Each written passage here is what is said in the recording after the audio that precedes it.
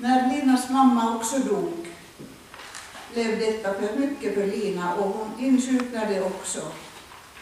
Men underligt nog tillfrisknade hon från detta. Hon fick brev från Evangeliska Fosterlandsstiftelsen i Stockholm som kallade henne till sitt arbete. Hon fick översättnings- och sekreterararbete där. Nu fick Lina lön, vilket var viktigt eftersom hon var ensam. Lina flyttade till Stockholm. Hon fick vara med att göra sångböcker och andliga tidningar, missionstidskrifter och barntidningar.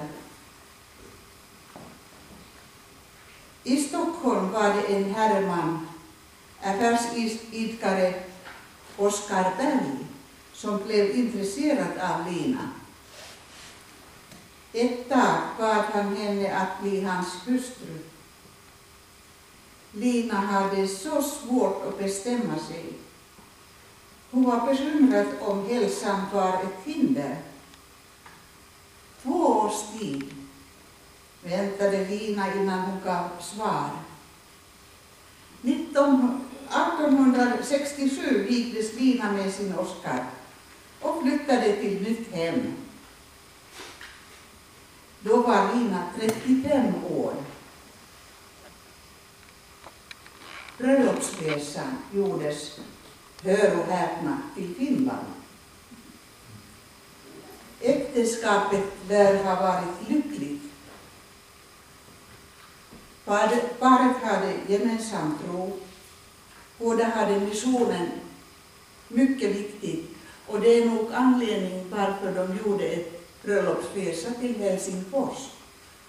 För Finska missionssällskapet hade börjat missionsarbetet 1859. Och det var ganska nytt och mycket livaktigt. Och den första missionären åkte till Afrika, Martti Rautanen, som jag har läst mycket om. Och de var säkert väldigt mycket med på den här resans betalning och så. Så att det var nog den anledningen de gjorde sin bröllopsresa.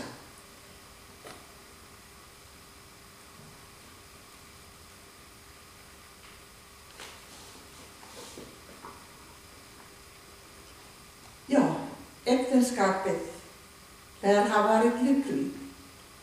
Paret hade gemensam tro. Båda hade missionen så mycket viktigt. Men paret fick dödfött flickebarn. I huset hade de mycket ungdomar boende eftersom Linas systers barn bodde hos dem i Stockholm. Lina skrev sånger och dikter i mängder. Allt som allt cirka 2000. I vår psalmbok, den underbara skatten, har vi 15 psalmer som ni kan bekanta er med. Hon har skrivit mycket psalmer.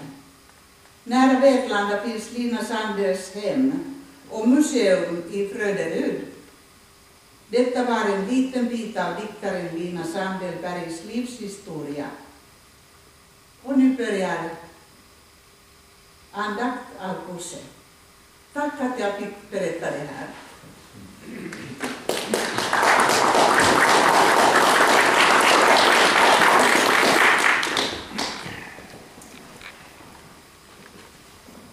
Vi kan väl helt enkelt sjunga den första versen på Bred dina vida vingar.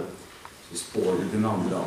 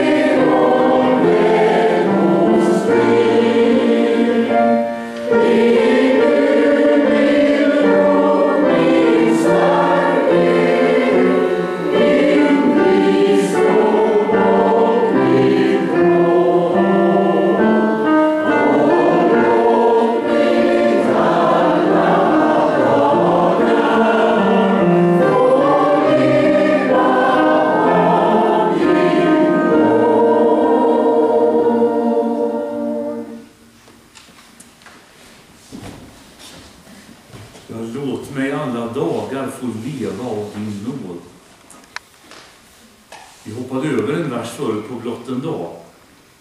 Den andra versen där det står: varje dags bekymmer vill han bära. Han som heter både kraft och råd. Linas texter och hennes budskap, det är ju liksom självupplevt. Hon vet vad hon sjunger om. Och allt det hon skriver, det rimmar så väl på det evangelium som hon ofta läste och delade. Och när man läser evangeliet för den här söndagen så är det verkligen ett Lina Sandell-evangelium. Jag ska läsa den korta evangelietexten i Bergspredikan. Jesus sa: gör er inga bekymmer. Fråga inte vad ska vi äta, vad ska vi dricka, vad ska vi ta på oss. Allt sånt jagar hedningarna efter. Men er himmelske fader vet att ni behöver allt detta. Sök först hans rike och hans rättfärdighet, så ska ni få allt det andra också. Gör er därför inga bekymmer för morgondagen. Den får själv bära sina bekymmer. Var dag har nog av sin egen plåga. Så lyder det heliga evangeliet. Lovad vare du, Kristus. Gör er inga bekymmer. Bekymmer är någonting som man gör sig. Och är det någonting som gör en människa riktigt trött, så är det inte i första hand arbetet, även om det kan vara hårt. Det är en nyttig trötthet som drabbar oss när vi har jobbat ordentligt till kropp och själ. Men detta är bekymmer. Det är någonting mycket värre. Det skapar en trötthet som inte vill släppa greppet om en. Det hjälper inte med några timmars vila eller några dygns eller några veckors. Bekymmer har en förmåga att äta upp en människa. Gör er inga bekymmer. Och i fortsättningen så säger Jesus: för vem kan med alla sina bekymmer lägga en enda aln till sin livslängd? Vi vet ju att det är precis tvärtom. Med bekymmer så förkortar vi lätt våra liv. Vi förkrymper dem. Jag såg att någon hade frälsarkransen på sig. Den får konfirmanderna. Och de på sig, ser jag, ibland både dagar och nätter när de är på läger. Och det finns den blåa pärlan. Den som heter bekymmerslöshetspärlan. Ett underbart ord. Bekymmerslöshetspärlan. Den är blå som himlen och blå som havet. Petrus skriver: kasta alla era bekymmer på honom, för han har omsorg om er.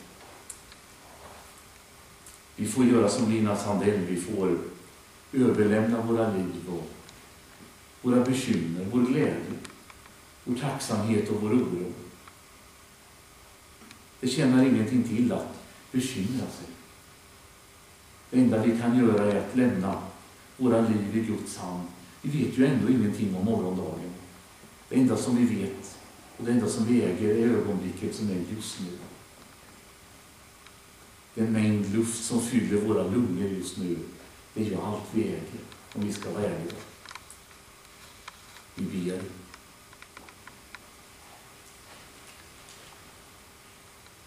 Barmhärtige Gud, när oro och bekymmer får makt över oss, hjälp oss då att vila i dig, att skilja mellan stort och smått och lämna framtiden i dina händer. I Jesu namn. Amen. Och vi ber tillsammans. Fader vår som är i himmelen, helgat vare ditt namn, tillkommer ditt rike. Ske din vilja, så som i himmelen, så på jorden. Vårt dagliga bröd giv oss idag, och förlåt oss våra skulder, så som och vi förlåta dem oss skyldiga äro. Och inled oss icke i frestelse, utan fräls oss ifrån ondo. Ty riket är ditt, och makten och härligheten i evighet. Amen.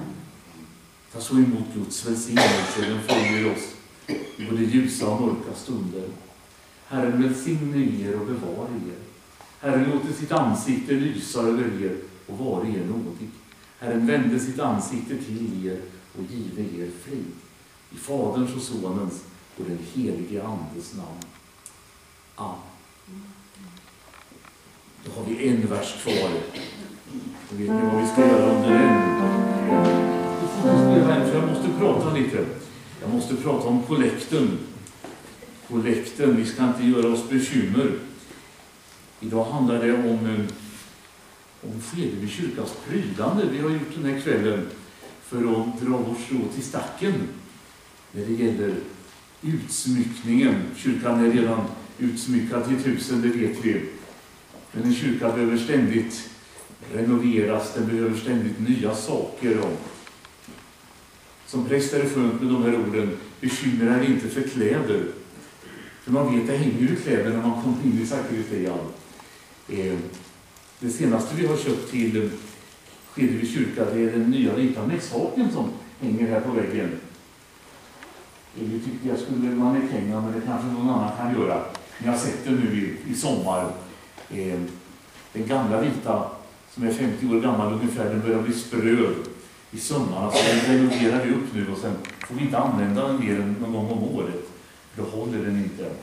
Utan då använder vi istället den där som gjordes på textilverkstan för bara några månader sedan. Och vi håller på att se över det som fattas.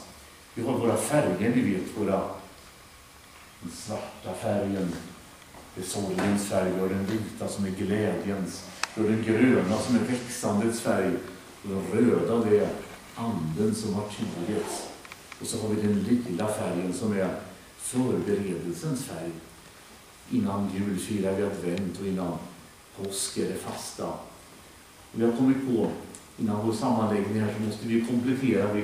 Vi saknar ett lila kläde till ambon, annars är det komplett. Ett textilier till kyrkan just nu. Den vackra dopfunten är just nu i Gränna, den är på uppputsning. För dopfuntar ska ju glänsa.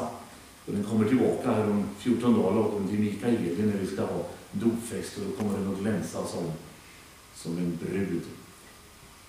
Så är det. Så vi tänkte vi skulle ta kollekt idag till kyrkans prydande, och när vi går samman i en större församling alldeles strax så kanske vi gör så att vi försöker då göra någon form som det står där man kan ge en gåva i samband med födelsedagar eller i samband med glädje, i samband med sorg. Att det blir någonting som består. Och så. Nu ska vi sjunga den andra versen, en kvällssalm verkligen. Lina Sandells liv gick ju sakta, men säkert mot sin fulländning, och det gör ju våra liv också. Och då får vi be med den andra versens ord: förlåt mig alla synder och två mig i ditt blod.